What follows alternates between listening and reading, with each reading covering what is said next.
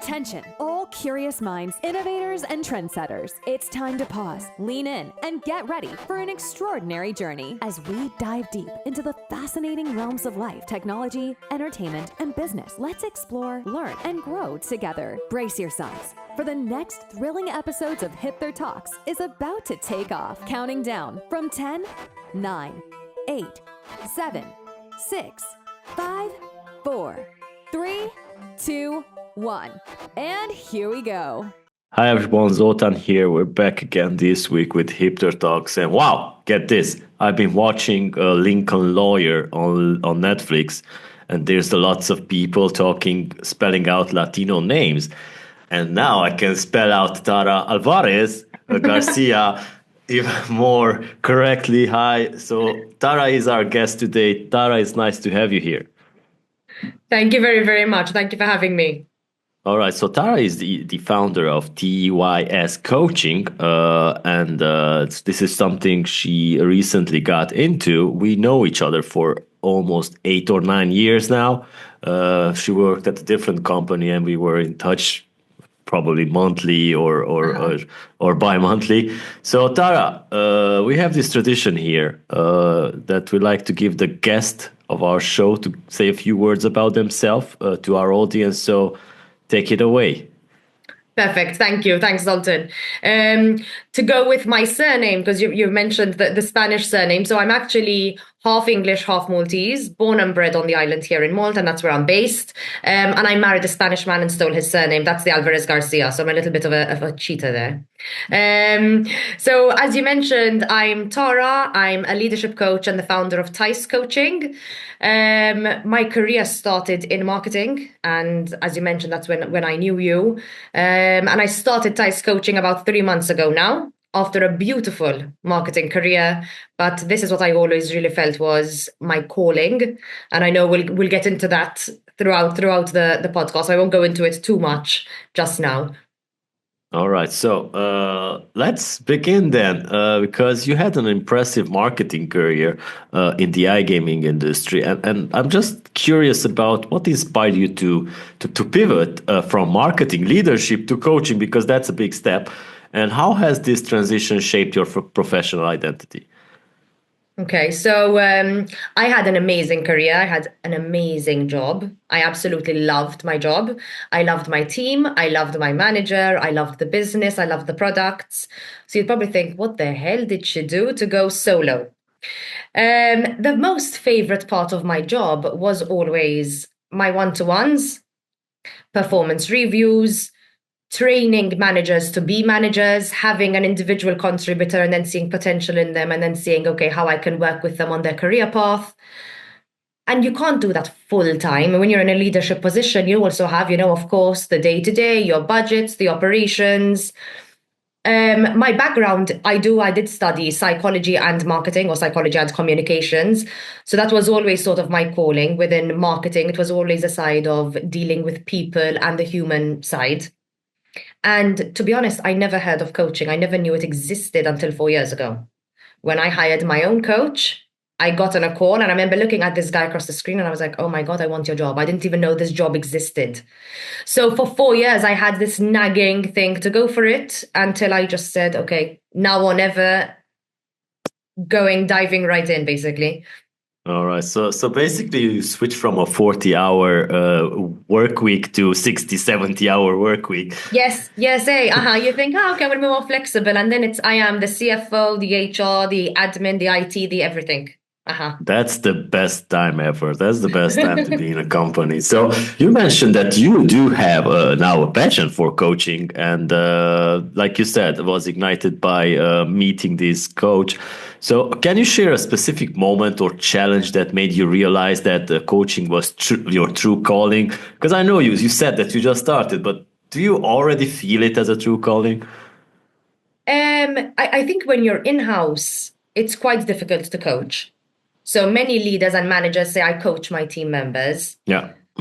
I did not coach my team members in the beginning. So normally when you first become a manager, you're typically managing people who did a job you did before. So if my background was in marketing, specifically in events, sponsorships, and project management, I would manage junior staff members coming in and doing that. That was more mentoring and managing. However, I was given the opportunity then to take over a side of our marketing department, which was filled with videographers, 3D graphic artists, graphic designers. I know nothing about that stuff. I can't open Photoshop or do anything. That's where I really had to coach. I had to properly ask the what, why, how. I couldn't tell them what to do because I didn't know how to do their job. And Yeah. that's properly where I managed to coach. And I saw amazing results from the team. They were properly empowered because I would just be there to support and to guide them. And then it's up to them how to handle their roles. And I think, to be honest, that might have been the pivotal shift to say, okay, I can actually do this. And I loved doing it. All right. So one thing is coaching individuals, and one thing is coaching a team, balancing it. Yes. So you've experienced this pressure of balancing team success with individual development. So how do you advise leaders to navigate that balance effectively, and especially in high pressure environments? So I would say I always talk about leading with kindness. And I Right. think it can be difficult sometimes. I've been very stressed in certain times. I have pressure from above. There's certain things going on in the business. We're humans, and sometimes that pressure, unfortunately, cascades down to our teams. But I think that's where managers and heads of need to be very self-aware. They need to get support through a coach or an external person to support them there to keep them in a check. And as much as I always talk about leading with kindness, I also talk about being transparent. So you need to be transparent with your team about what's going on within the business. Unfortunately, there are times when you're in a leadership position and you cannot tell your team why certain decisions are being taken. You need to own it. You're employed by the business. You need to stand there, and just basically support your team to move forward. All right. So often this area of coaching is overlooked. Let's be honest, because many Yes. people don't like, all right, I'm not going to need a coach to give me advice in my career. I can do it myself, or now ask ChatGPT. So, but there are some difficult conversations that you need advices for.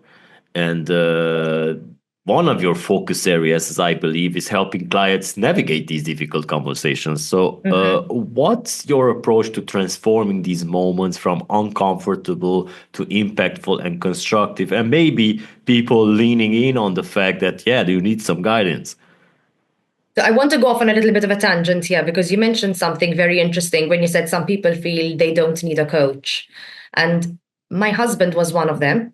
And 2 years ago, for a Christmas present, I bought him a coach. I said, I'm going to get you a coach. I'm going to get you, I think it was 6 or 10 sessions, which I booked him on because I really believe in it. You can have the best HR team in the world, which I had, but there is nothing like having an external coach who knows a little bit about the business or knows nothing about the business and doesn't know you.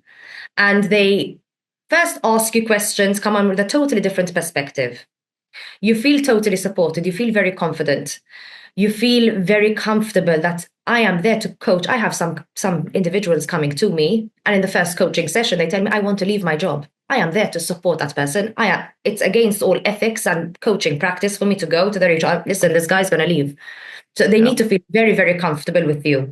And the beauty of coaching is you should go into coaching wanting to be coached.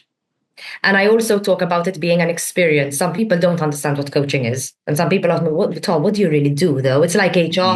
It's multi-level marketing, right? Yeah, exactly. And now I'm in that phase of, trying to explain to people what coaching is, or just book a 30-minute discovery call and you can understand it. There's loads of different coaches out there. It's a minefield, I would say, sort of thing to navigate. I told you I was going to go off on a tangent, and I went off on a tangent now. So I need to go back to you. I need to go back to your original question, which was... So what's your approach to transforming these moments from uncomfortable to impactful and constructive discussions, conversations? Yes. Okay, this is where I was going with it. So to be coached, you need to come into a session being very open and honest and vulnerable. With coaching, you only get out as much as you put in. Yeah. So if you're going to come there, and sometimes I do have clients who are coming to me because their business has put them on a coaching program, and they come in a session, they say, listen, I don't think I really need to be coached. And okay, that's where I need to sort of break through and see what they're coming with. Unless you have an individual who actually approaches you with the willingness, and they're invested in those sessions.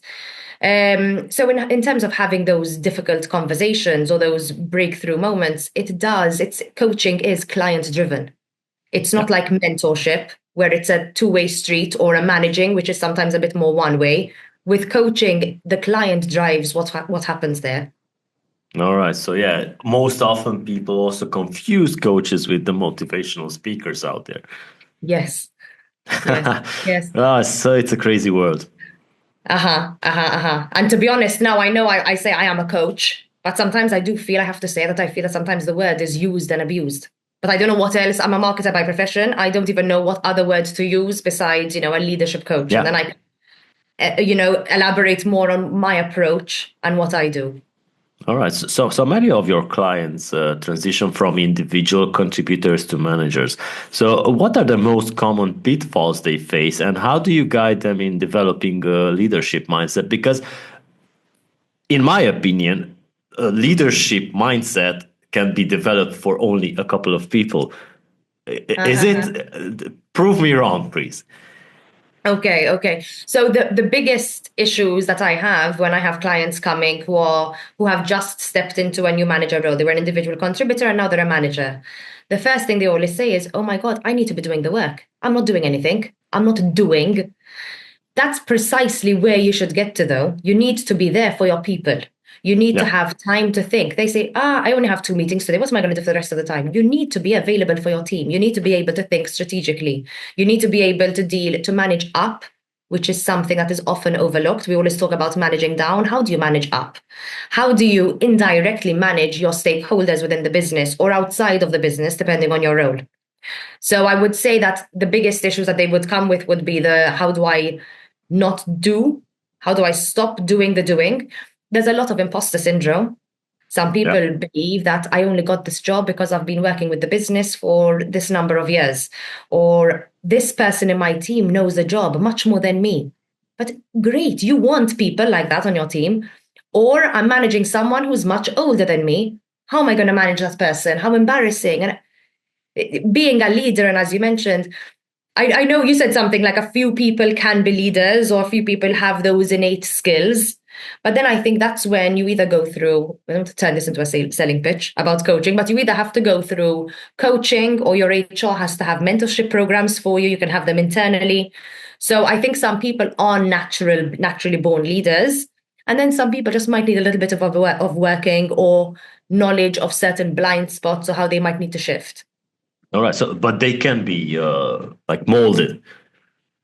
I think so. I think if they are open to it, because then you have some people who come and think they know it all, and those are the ones who normally need coaching the most. Exactly. Like the saying goes, 1,000 types of things to do, but that means you don't know one thing to do well. Exactly. Yes. So expanding strategic thinking and influence is another area on which you emphasize. What are some of the practical strategies leaders can use to grow their influence within the organization, and maybe some pro bono stuff right there? Okay. I would say following up. I've always followed up. Again, I know I keep talking about the kindness, but sometimes even if you're in a meeting and someone's given a presentation and after just drop them a message, loved that. You need to put yourself out there and you need to follow up. You need to communicate. You can't just think, okay, I'm in marketing or I'm in legal and I'm sitting in this box. I'm also great that, many companies are working remote, and I worked remote from 2020 until today. However, when your company does invest in in-person meetings or events or conferences, show up, especially if you're a leader, show your face and lead by example and be there for your team. So that's what I would talk about, in terms of influence. And then, of course, if there are any external organizations you can be part of, grow your own network, not only within the business that you are, but I think it's very important to reach out as well, both for your own knowledge and for your own network. All right. So let's also talk about the challenges. and in the challenges, I mean, in leadership change, because that's very often nowadays. So you motivated teams throughout ambiguity and rapid industry changes. So how do you recommend leaders maintain clarity and focus when facing uncertainty themselves? Because the times like that happen. Yes. I think we have to say that it's not easy. Leaders are humans. And I Yeah. think there is a lot of pressure put on managers and heads of, whereby they have to be there for their team. They have to be at the pulse of the team, know how the team is feeling, make sure everything's working like clockwork. And then who is actually there and who is actually supporting the managers?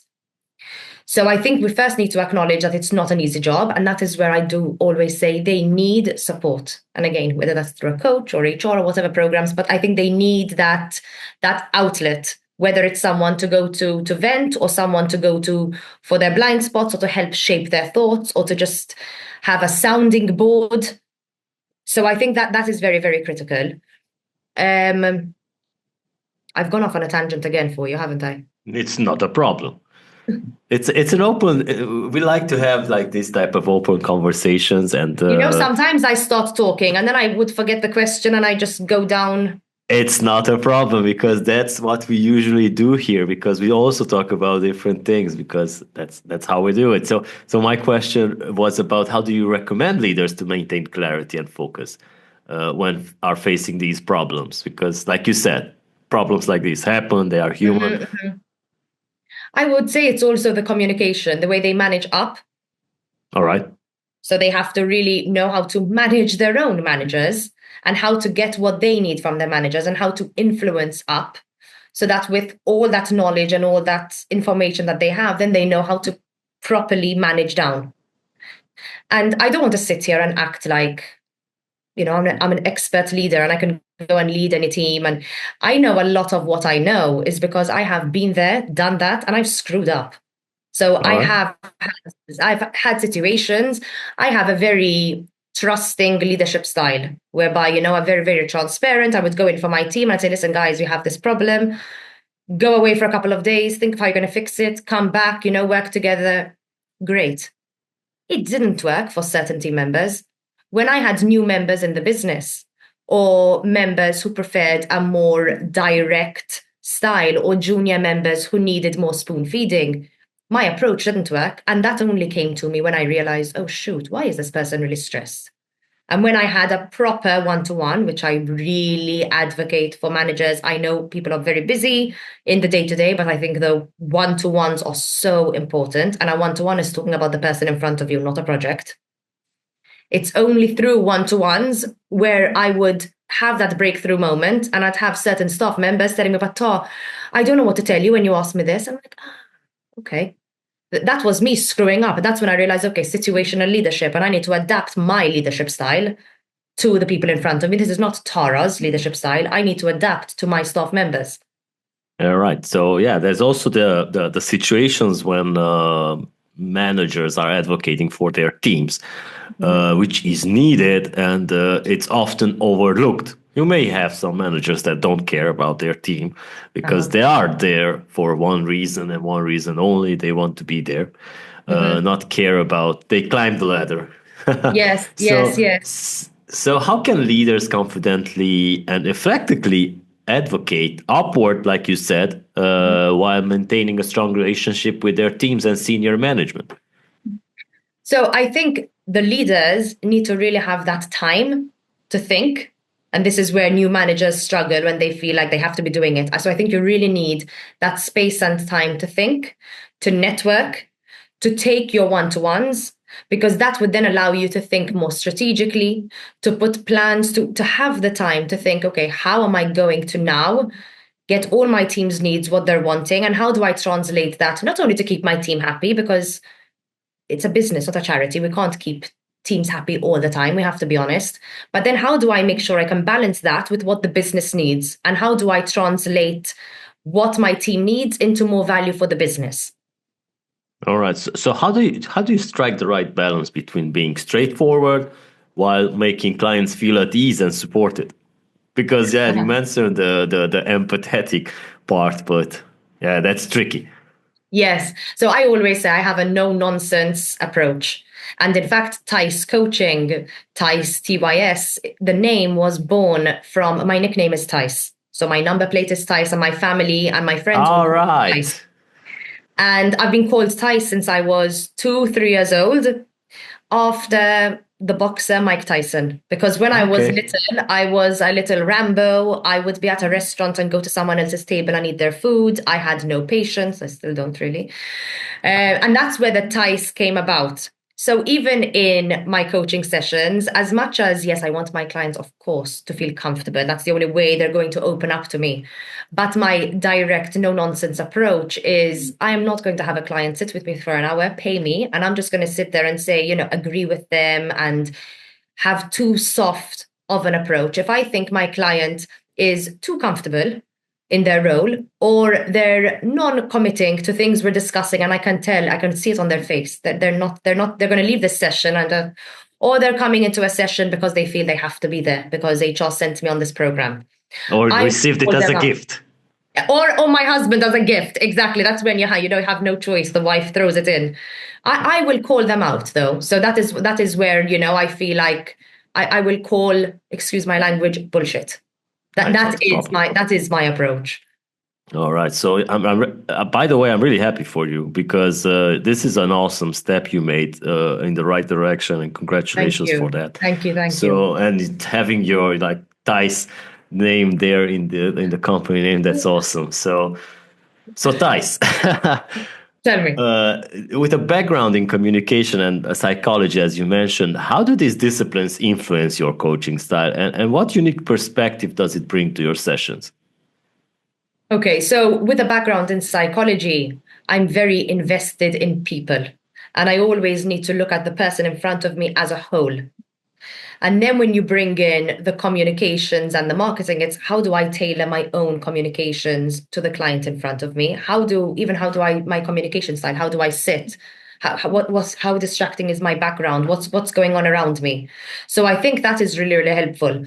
What's a little bit ironic is that even though I have a background in marketing, the marketeer in me is reeling its head because I've set up my own business and I still don't have a full website. I still haven't done my logo. I'm in the process of doing all that, which is really, really ironic. Some people are like, Tara, your Instagram, everything would be up and running. And I'm like, oh, that's not me. I always had experts on my team doing that. And now it's like, okay, I'm winging it a little bit on that front. I can go in and coach anyone right now, but then get me to do all the marketing stuff, and I'm like, oh. Yeah, but you have too much work to do to focus on yes. that. That's the problem. All right. So as a final question for you is like we're at the end of the year already. So what's next? What are your plans for 2025? And maybe if you want to give some shout outs to your supporters, now is the right time to do it. Oh, wow. I wish I was prepared for this one. 2025, well, gaming industry, of course, ICE. So I will be at ICE and I look forward to seeing everyone there. I'm also part of the Global Gaming Women Foundation. So that's where I get a little bit of my marketing fix. And we have loads of mentorship programs and scholarships coming up. I'll be mentoring one of them for 12 months from 2025. So I'm looking forward to that. Next.io, I'm a huge fan of Next.io. So I serve on their advisory board for marketing and personal development. So we have some really interesting things coming up. I'll be moderating a panel on imposter syndrome, which is really interesting. It's going to be in the Valletta one in May. And I'm looking forward to continuing the relationships I have with my existing clients and seeing basically what's out there and who I can help and strategically work together with. All right. So guys, our audience, did you see that she did not mention any of our conferences? So we did not pay our guest to say something about our conferences. I wasn't prepared for this question. No worries. All right. So Tara, thank you. Thais, thank you so much for your time. I hope that by January you will have your logo and everything. Maybe where can people reach you now? On LinkedIn and on Instagram? On LinkedIn, and I have a temporary website. It's tyscoaching.com. And LinkedIn and Instagram and WhatsApp and wherever. So all right. So everywhere. Okay, so thank you so much, and thank you Thank for our you. audience for sticking around. We will be back next week with more crazy stuff. Take good care, everyone. Goodbye. Thank you very much. Ciao, ciao. And that's a wrap for this section of Hipther Talks. Thank you for being a part of our journey today. Don't forget to tune in next week for more insights and discussions. Stay connected with us on Spotify, YouTube, Google Podcasts, Amazon Music, Apple Podcasts, and more. Until then, keep exploring and keep growing. We'll see you next time.